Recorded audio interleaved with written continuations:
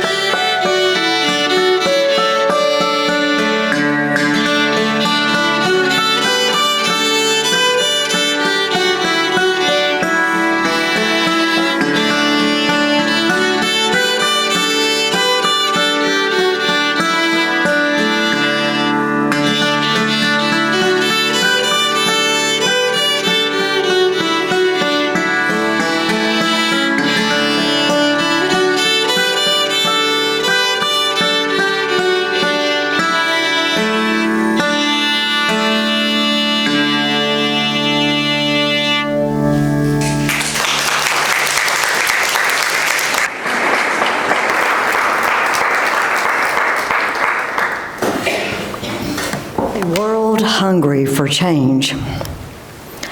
In a world hungry for change, we stand against hunger's unyielding hand, a call for action for compassion's might against this plight.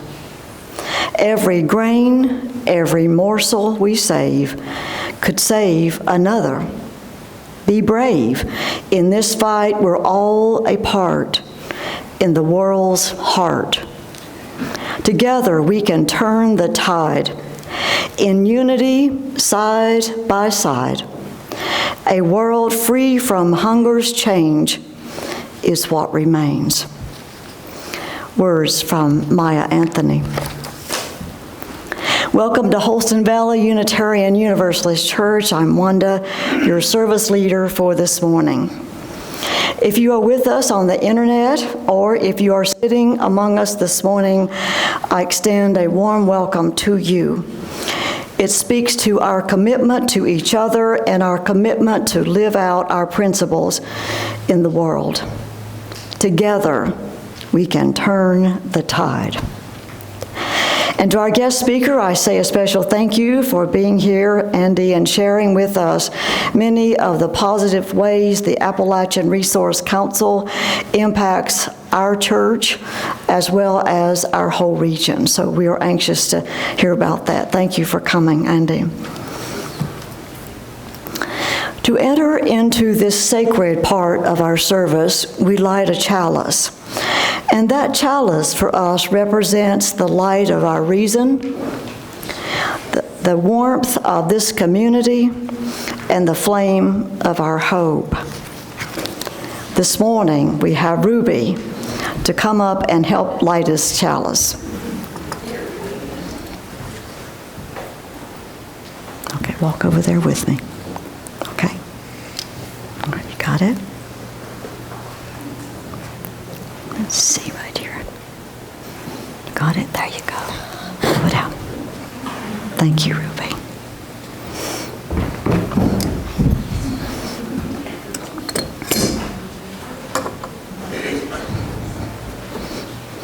Ruby tells me she's an avid reader, has read over 70 books, and the school just started. It's amazing, isn't it? 79 books. 79, actually. Excuse me. And somewhere along this reading, she likes to play soccer too, so it's amazing what energy she has. But we thank you for doing that with us. As we have lit this chalice, I invite you to read along with me our mission statement that you will find printed in your order of service. We work together as a church to transform ourselves, our community, and our world by sharing love, pursuing justice, and seeking wonder. And that vision statement, even though we just repeat the words, has a lot of meaning. It says to us that we are one people of many beliefs, many origins, many sexualities, and genders. It's amazing how we can sit in this room together as one community. Look to your left, look to your right, behind you, in front. You may not see anybody that looks or acts like you, but here we are in one community, and I say welcome to you.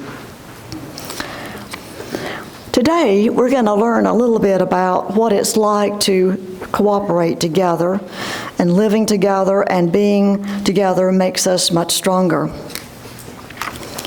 Our story for all ages is going to be told by a wonderful storyteller, Byron, and it's called Rivers. So I invite Byron to come up here, Brian, to come up here and tell us our story called Rivers.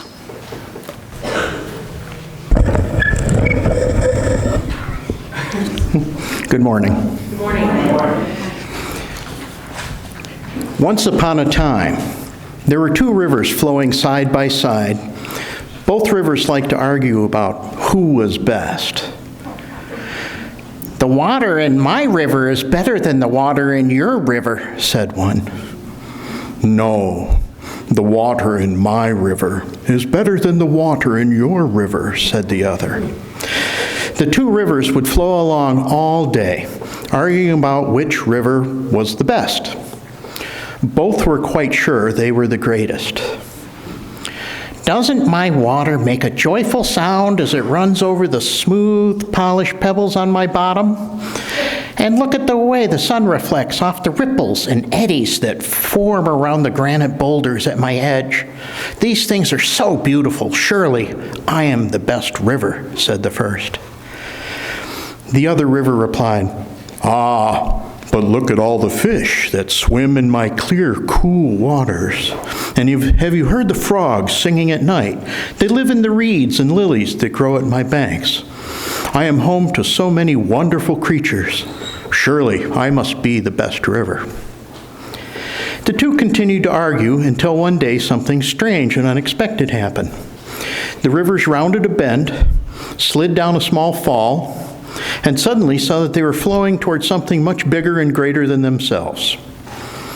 Up ahead were big crashing waves and water everywhere as far as the eye could see. They continued to rush faster and faster until the river from both rivers turned together into the vast and enormous ocean.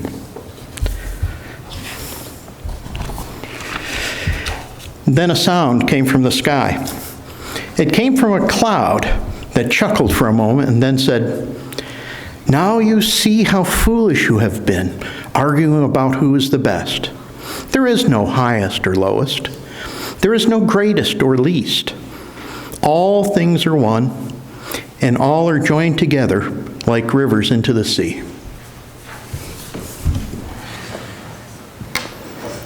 Thanks, Brian. Sometimes we argue with each other like that too, don't we? On and on and on. Yes. Yes. Always right. Yes, exactly. Nikki and I, we would be the ones that would be arguing about it. So it isn't often in our service that we get to hear this level of music, 3 different songs from this wonderful trio, Suzanne and David and Linda.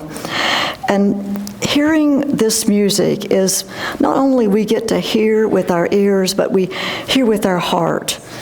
And it's without words that it speaks to us. This next tune is called Tuesday Night Waltz. Please.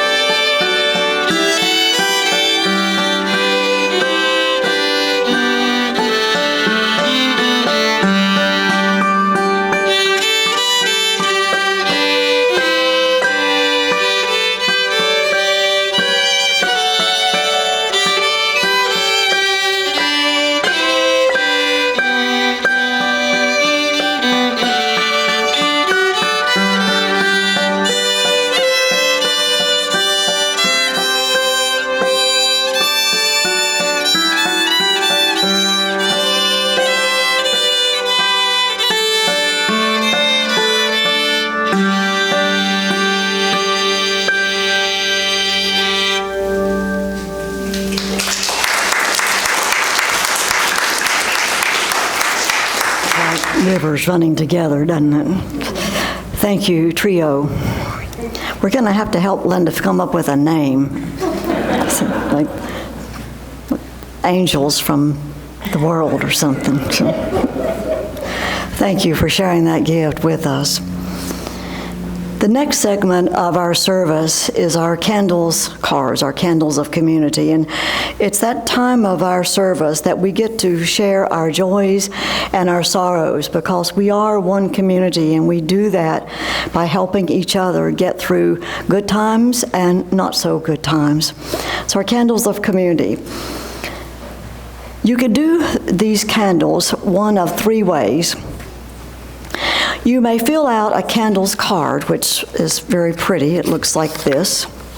And you can find these beautiful candle cards over there on the table beside of the library. And if you wish to fill out one of those, you would drop it in the box, and one of the members from the caring team will secretly get in there and bring it up here to me at some given point. So you're welcome to do that way. Or you may do it electronically by emailing our minister at hvууc.org,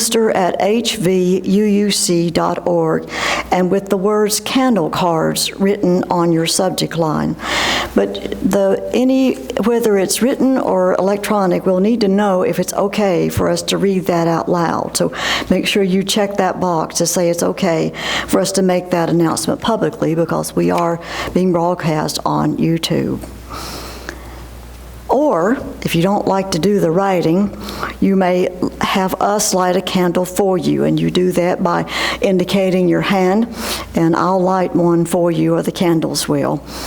Or you can light it yourself. So I do have one card that I can read this morning, and it's a card of joy, and it comes from Leslie, who says that she is recovering nicely from knee surgery replacement. So we offer a nice recovery, best wishes for her as she maneuvers along and is getting along fine. So that was, I heard from Nicole, and so they're doing nicely.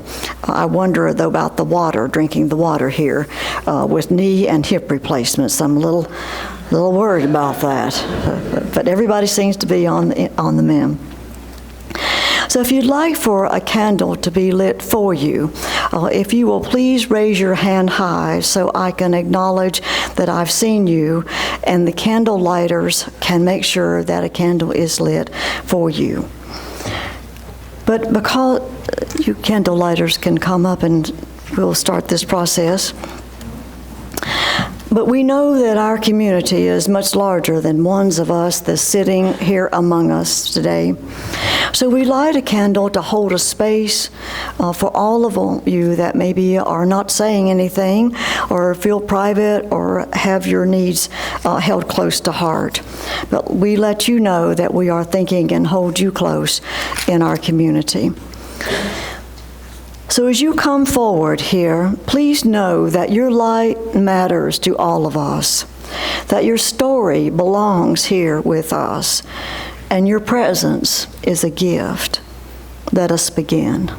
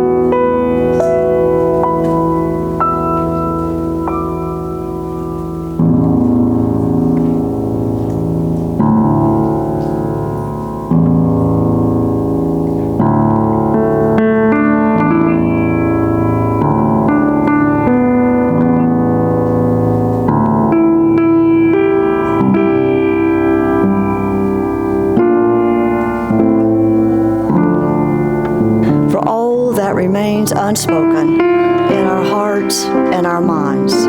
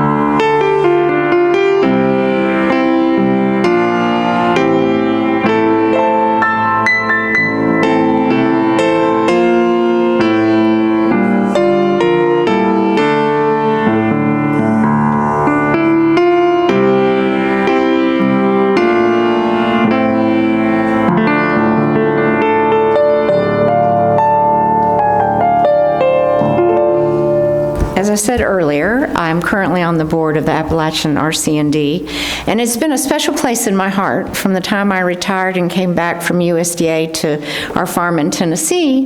I was asked by an earlier director to be their beginning farmer teacher. And so for 10 years, this was my 10-year anniversary, I've taught beginning farmers, women farmers, our women business and our beginning farmer business intensive, and finally our women preserving farmland for the future. So it is a great honor to have our new executive director here today, and our guest speaker this morning will remind us just how valuable our principles of worth and dignity as it relates to hunger and having good nutrition, and how we can have an impact on that.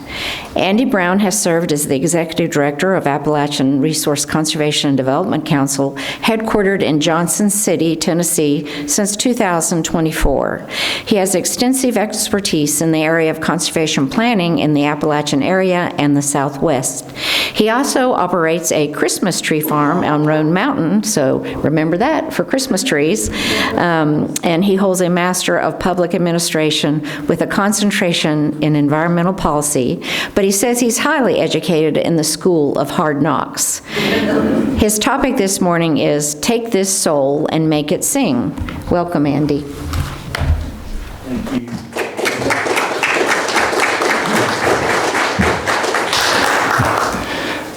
Thank you, Dana, and thank you all for having me today. I'm glad to be here, glad to talk a little bit about the Appalachian RC&D and what we do. But I'm going to go deep for a little while first, just because this gives me an opportunity to do that, and I don't always do that. I told Dana before I came in, or when I came in, that after this, she's going to think I've either lost my marbles, or that, wow, that was kind of cool, but I don't quite know, or what you're talking about, which is fine, or, wow, that's pretty cool. So I'm going to try to talk about some things about soul today. And soul and spirit. I was raised Southern Baptist. Don't hold that against me, please. Went to Methodism, went to Presbyterianism, ended up studying servant leadership at Holy Trinity Episcopal Church, and now I'm really a Taoist. I'm really a Taoist Christian with a lot of Native American or indigenous spirituality. But so as we talk about soul, I think one thing that we talk about when I was raised, church, and you're going to church, and you're trying to get to heaven, right? This is you may have been raised that way, may have not been raised that way. I think heaven's great, but what about the earth? What about right here, right now, and the present moment? And one of the things I like about Taoism is it opens and doors to both. So let's see if this works.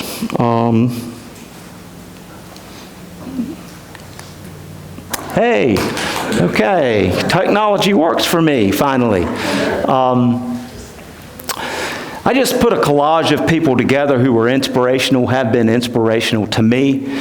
Some of these people probably speak to you as well, from the two in the right corner who died this past year, Jimmy Carter and Robert Redford, two of my big heroes, all the way to Maya Angelou, and who is one of my favorite poets, as well as Georgia O'Keeffe, who I thought lived a vibrant life, and as a painter, an artist.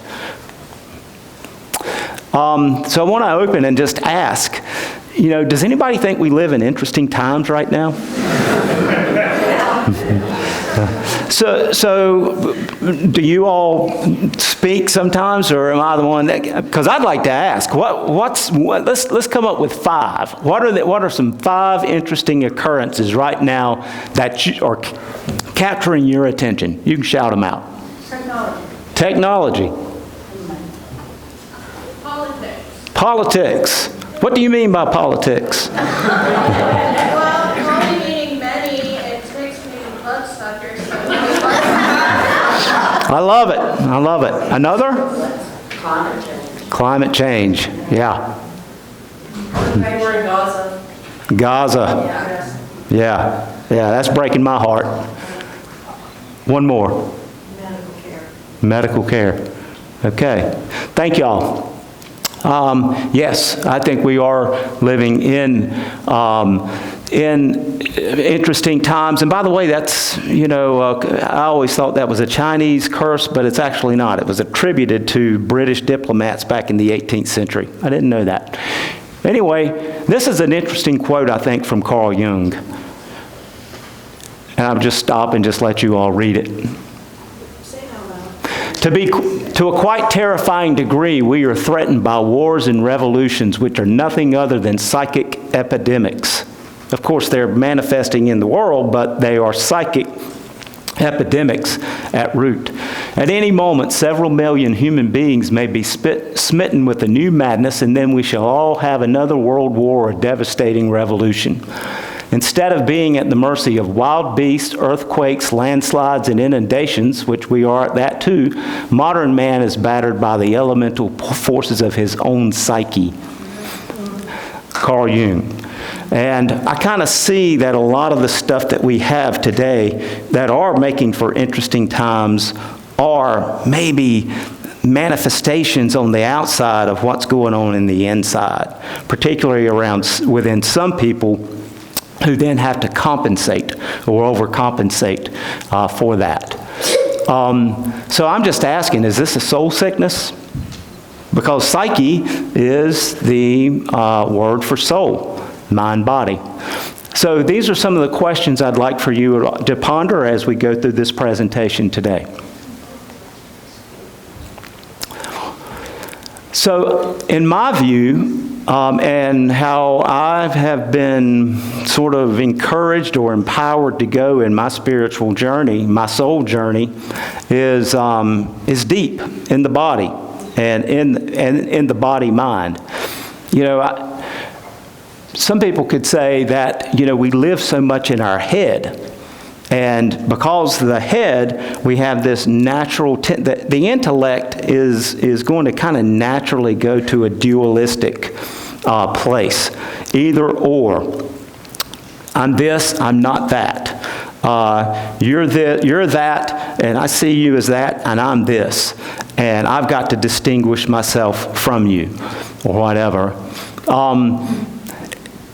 If we live in our minds so often, all the time, or in our heads all the time, do we not become a talking head?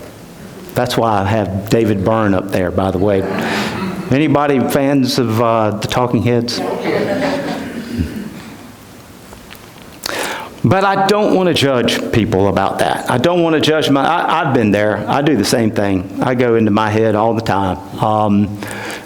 First of all, the brain is designed to think. That's what it does. We think, we plan, we strategize, we dream, we fantasize. Our culture requires it. From an early age, you're trained in education to become smart and literate. IQ. IQ is a good thing. Intelligent quotient is a good thing. A lot of times we go into the head, too, to get away from things that we don't want to feel in our bodies or in our hearts.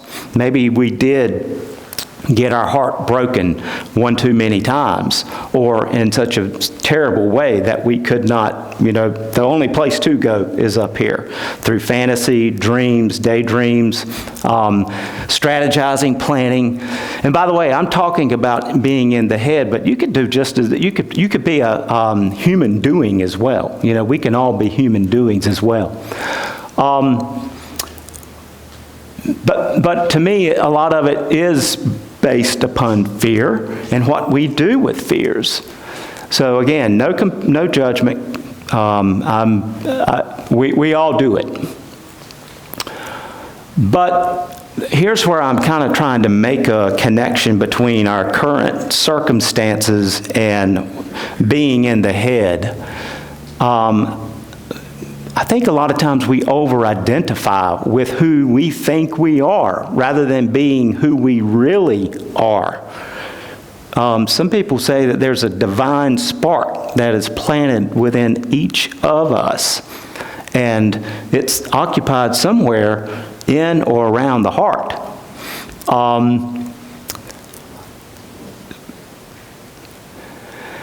One of the things I would say about this is ideas come when we're in our head. Great, ideas come. We identify with the ideas. That's how we get things done. I identify with this vision I have. I want to do this. I'm going to embrace it. I'm going to engage. And I'm going to basically kind of be that because I need to put enough emotional energy into the oomph to make things happen. But then can we keep going further and further?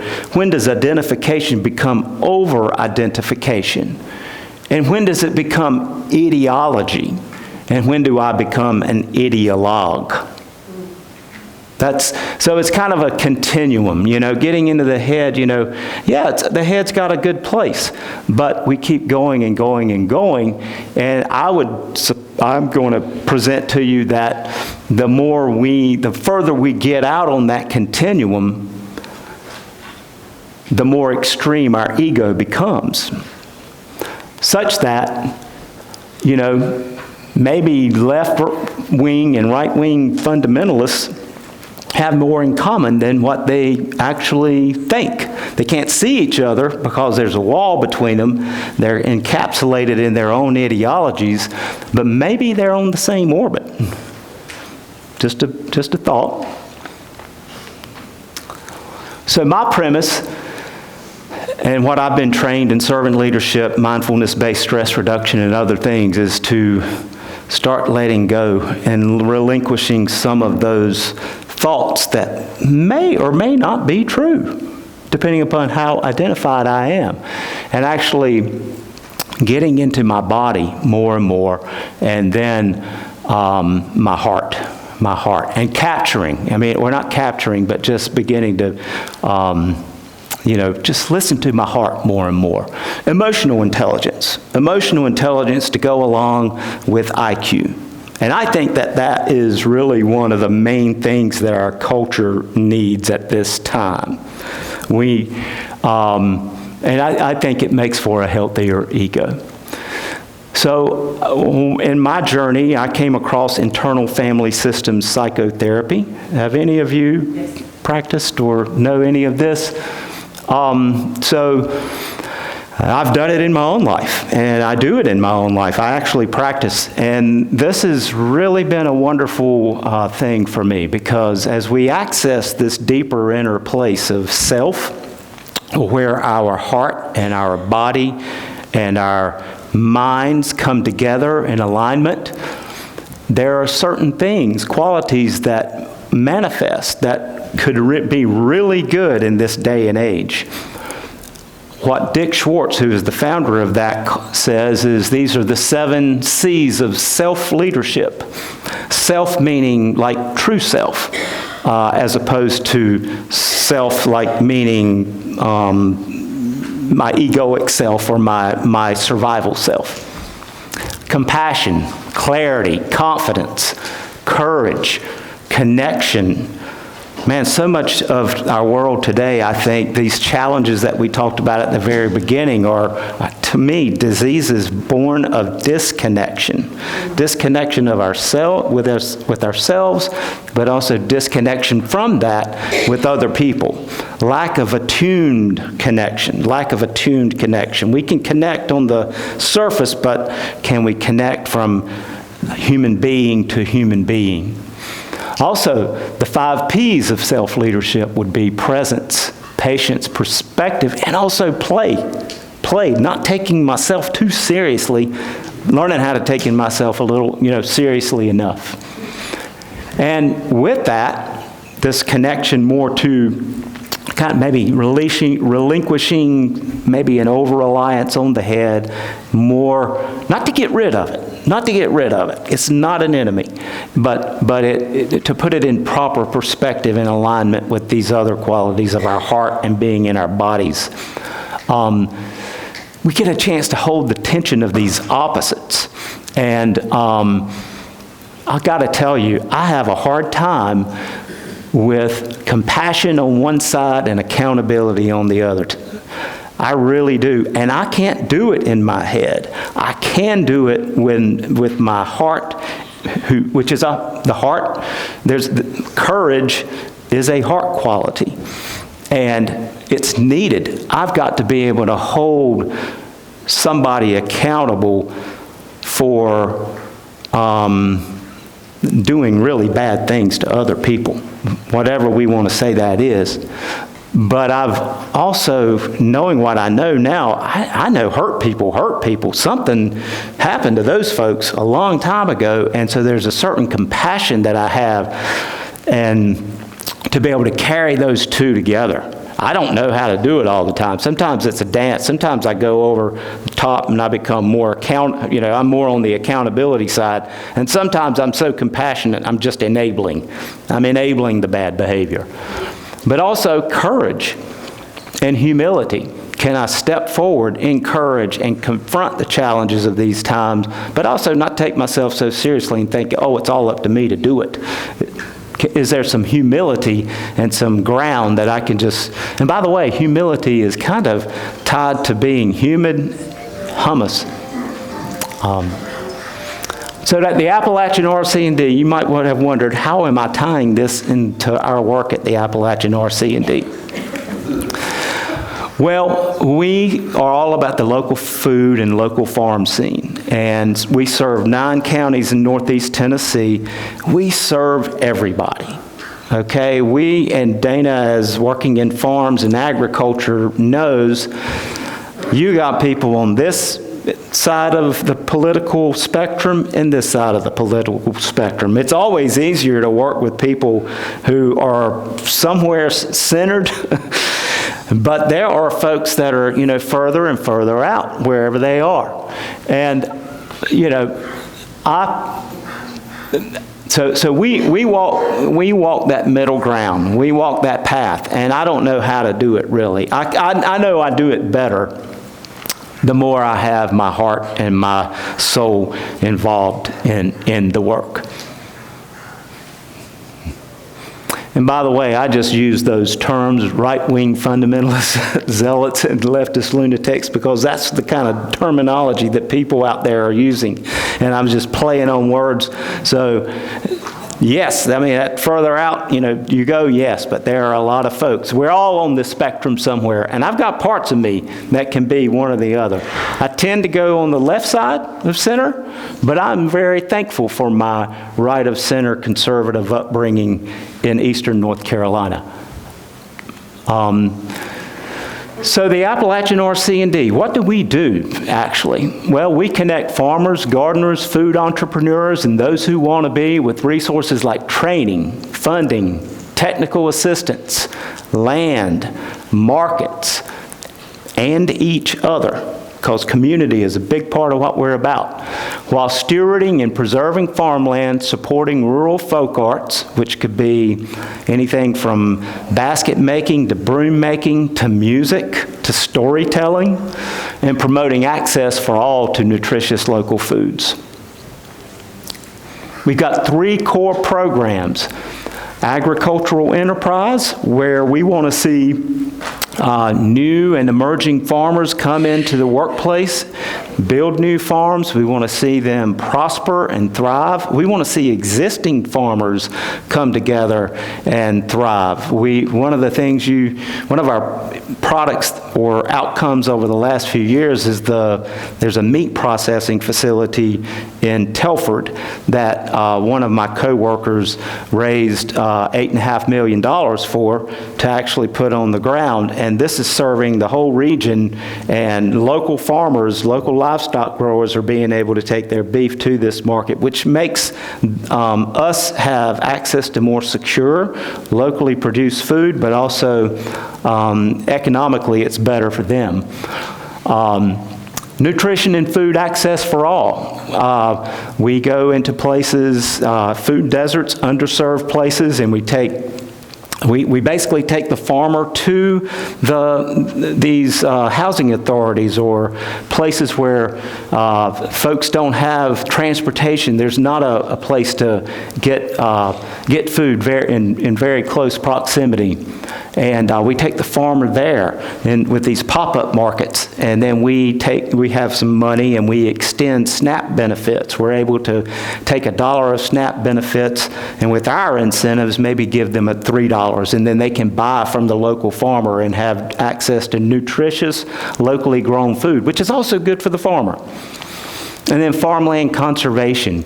We're doing a lot of work on watershed restoration, particularly associated with Hurricane Helene recovery. I put a lot of material out on the chairs.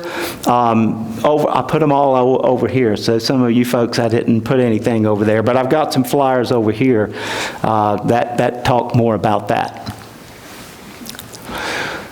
So here's our Build It Up Backyard Gardening program I just wanted to highlight. This has been going on for 13 years. This is our 13th year. There's a waiting list. We have 100 people every year want to take this program. We can't service 100 people. So, we service somewhere between 45 and 65 people. But it's wonderful because a lot of families come in. It's about food security, but it's also empowerment. People learn for the first time how to grow a garden in their backyard. It's an organic gardening process that we teach, and we also provide cooking classes. So people, a child might learn how to grow a zucchini, but how do you cook it to make it taste good? So in 2024, 45,000 pounds of fresh produce were created, or grown by these participants. We do have we accept people from all different backgrounds. And again, this is about community. There are people who are on the lower scale of income and they're in high poverty, and we give preference to a number of those people. But we have folks who are very well off that will take this class. But it's really cool to see these kinds of connections between people manifest. Here's some photographs of our pop-up markets in action, where, again, we'll show up with one or two farmers in some of these places, and folks will come in and be able to get access to food that was grown by a farmer in our area. Here are a couple of our staff members on the far right-hand corner. I just want to show Bethany Gray and Ashley Cavender. I don't know if either of you know them, but they are delightful people. And everywhere Ashley goes, they've done these smoothies. She'll show up and they'll do smoothies, and man, the kids just flock to Ashley. Beautiful, beautiful. We've also got this Veterans in Agriculture program. I was just in Oak Ridge this Thursday through Saturday. I came back yesterday. And this is taking veterans who are transitioning out of the service, many of them having either a physical disability or an invisible disability. And farming and being on the land is very healing for a lot of people. We know that. It's one of the reasons I grow Christmas trees. One of the reasons I'm on Roan Mountain is because when I'm outside and out on the ground, out on the land, everything's quiet, the nervous system calms. And some of these folks, it's the same sort of thing for them. This has a special place in my heart, this project. We're also, everybody knows about Helene. Is anybody here in this congregation from the Nolichucky or Doe River? Any of you lose anything? Okay. Well, right after Hurricane Helene, we jumped in and we started this Resilient Farmer Fund. And the Resilient Farmer Fund, we raised $150,000, put out about $140,000 in grants, $2,000 to $10,000 worth of micro grants to farmers in recovery for things that would not be covered by government assistance or insurance. And it's a drop in the bucket, really. It's a drop in the bucket. And the farmers that are adjacent to the Nolichucky and some of these rivers, they're going to be in this recovery process for a long time. But every little bit helps. So we're going for a round 2, and this is one of our calls to action.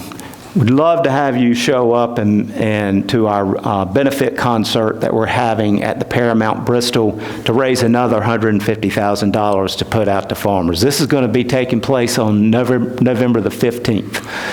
But depending upon what side of the river you were on, you either had your field washed away, at least 3 foot of topsoil, and you've got cobble left, or you had 6 foot of sand. We're also working with the University of Tennessee Institute of Agriculture to come in and help farmers reclaim their fields using a lot of the down woody material, the trees that have been chipped up, turning those into biochar and use them as thin layers of mulch to plant with the right grass and forb seed mixes, so that our fields can start to be reclaimed. And we're also doing a lot of stream bank stabilization. So we've got opportunities to volunteer. If you want to volunteer on a stream bank stabilization project, to learn how to, what all goes into stream bank stabilization. We've got some information sessions coming out. I do encourage everybody to come, take a brochure or one of our flyers and get back in touch with me about this, because there are ways that you can really help our agricultural community get better. Farmland Conservation. Does anybody know what ranked state of Tennessee is in loss of farmland every year all across the nation? Number four. We lose more farmland than all other states except for 3 in front of us, at a rate of 237 acres a day. So and farms do more than just provide food. They provide wildlife habitat. They provide buffers, when they're well managed, buffers to protect streams, scenery. There's a lot of history and heritage. So the governor last year passed, the Tennessee legislature passed this Farmland Conservation funding bill, and so one of the things that we're doing now is going to be offering estate planning services to rural communities in concert with the East Tennessee Foundation to let them know what's available. Number one, that's a service to help farm families keep money in their family. Also, it's a way to let farm families know where they can make charitable contributions to organizations that they believe in. But every so often, there's going to be some people that are going to want to protect their farm. And in fact, a lot of them, and some of them are going to choose to go into a conservation easement, which is a legal protection device to keep land. Basically, you're selling your development rights. So we're working on that as well. So as you can see, we've got a lot of things that we're doing right now. I want to go back to the Taoist principle, the earth. That's again, heaven and earth, and the soul. When you think about, a lot of times spirit is more sky. Spirit is more, I'm going to another world. But soul is more, I'm of the earth. I'm right here. I'm right now. I'm fully human. There's a reason I think that the word human is connected to the root word of humus, which is earth. Also humility and humor, and hubris. But if any of this resonates with your heart and soul, and you think that you might find a way to sing with us, we would invite you to do it. We'd like to ask you to come along. What do? Well, there are daily practices, I think, that help get us out of our head and into our heart. Breathing meditation is one of those, but Tai Chi, Qigong, body scans, slowing down, simplifying, contribute to us. We have this financially. I don't turn down donations. I don't normally go to churches to ask people to, I don't like to turn the church into a marketplace, but we do need money. We do need money, and we are diversifying our support. A lot of our support has come from grants in the past, and we're still going to get grants, but with the recent administration changes, there's been a lot of grants that were pulled from us, and, like it or not, that's the way it is, and so we're diversifying our income, and so we think we provide a lot of value and a lot of impact to the region, and if this is something that you think is also you'd like to support, we definitely welcome it. We have a cultivators club, and this is a $30 a month minimum contribution. It's a recurring thing. But one thing I'll say about that, you get a handmade mug, and you get a seed packet of native seeds, and the seed packets come every year. The mug you get one time, but then you also get special promotion events, like at the Resilient Farmer Fund benefit concert, $5 to $10 off of your ticket price. Contribute to our Resilient Farmer Fund. That is something that we've got $150,000 goal. We've got $58,000 already raised, and so we're a third of the way there. So consider contributing to that. You can talk to me more about it. Donate to the fund. You can see www.arcd.org/farmerfund. But go to the benefit concert. This is going to be a lot of fun. It really is. And we do want to celebrate, even though this is kind of a dark, recovery is fraught with problems. It's fraught with challenges, and you got the emotional roller coasters. So we got to remember to celebrate and have fun. Introduce me to your friends. Even if you don't contribute, I would love to come to one of your, see you and meet you individually, have lunch with you sometime, or have lunch with you and a friend and talk more about what the Appalachian RC&D does. We also are We are in need of board members. We have 3 board members who have been longtime supporters. They're going off. Dana is one of them going off. She's been a longtime supporter. She's going off at the end of this year. We do need new board members. If this is some kind of work that you think would be enticing or inviting for you, please consider join us on that. And so with that, that's my spiel and pitch. And thank you all so much for letting me talk with you today about what we're doing. Okay.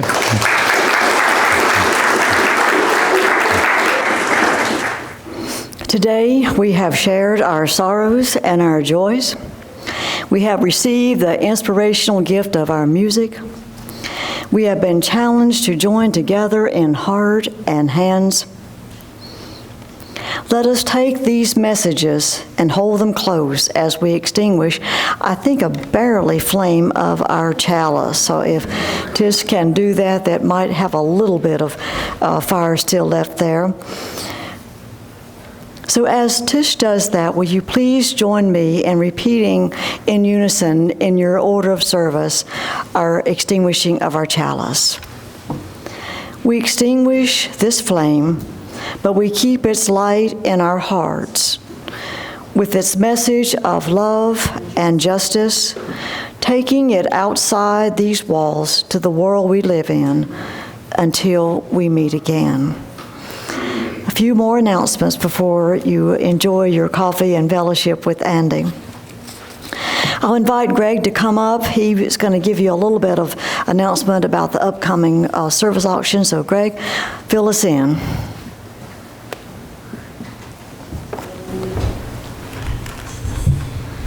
Good morning. I'm Greg Kramer. I'm your stewardship board member. Our service auction, excuse me. Our service auction is November 8th, and the website is up and running, looking for your donations. A couple of things to think about. If you don't have room in your house and you want to do some type of cooking, you can use the church and come here and do your project. The other thing is that we are also looking for you to go talk to local businesses and have them donate items. A tradition that's been here is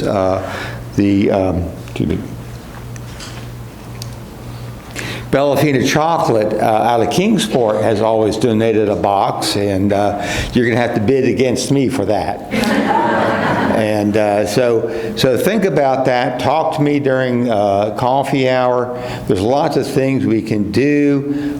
We are going to stop accepting donations at the end of the month. They need about a week or more to kind of get the catalog set to go. If you go to the website, from the link from our website, the catalog is already there. So anybody who's contributed things already, you can go and look to see what's already there to bid on. I just picked up a really nice ceramic flute from Reverend Jeff Brewer for the donation for the auction. So we got some really nice stuff here for you to vote to bid on. Okay? Thank you. Thanks, Greg. That is our major fundraiser, so we need to have folks participate, not only to contribute things, but to buy as well. So looking forward to that. One wonderful announcement that your stomach will thank you for is that the Let's Chat Covenant group is taking over the potluck for next Sunday, so we will have that. That's going to happen. So please bring a dish to share, and not only food but fellowship for that as well. Now, that one's taken care of, but there's a sign-in sheet in the kitchen beside the coffee urn that encourages you to sign up for other Sundays that you will be prepared prepared to offer the setup for the coffee. And don't despair if you don't know what you're doing. There's plenty of instructions and there's help from others to get you started on that. So if you're foreign to the kitchen, we'll take care of that for you. A thank you to Dana for these beautiful flowers you'll see up here. She grows some gorgeous flowers and she shares those with us on occasion. So thank you for doing that, Dana. And lastly, we've heard from Sarah. It may sound like a long time off, but December 14th is coming faster than we might think, and that's our beautiful Festival of Lights. If you've never been to our service during that time, it is probably one of the most inspirational services you'll ever attend. The lights are off, candles are there, and we need participation in that for readers and candle lighters and singers. So if you are thinking that might be of your interest, Sarah's back there. She's raised her hand, so please make sure you see her. It's not too late to sign up, and she'll assign you a role, big or small, as you desire. So that's coming up here soon on the 14th. Our closing music is a postlude from our trio of Suzanne and Linda and David. So they are going to leave us with the song Beach Spring. So our closing prelude, please.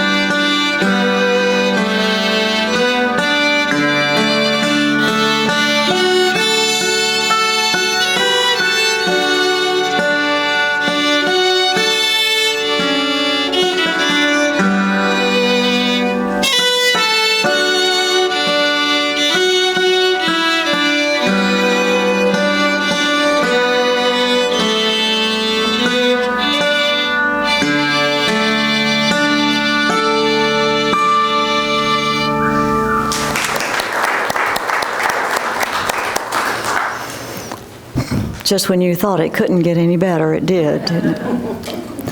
Thank you for your gifts this morning, this week, and every week. May our gifts nurture our shared ministry and the work that we do for the world and for our community here. Our benediction are these words. May all our hours together be blessed as this one has been, by open-hearted sharing, learning from one another, and making beautiful harmonies together. And may we greet everyone we encounter with the same acceptance and grateful kinship until we meet again. Blessed be. Thank you. Yay, church!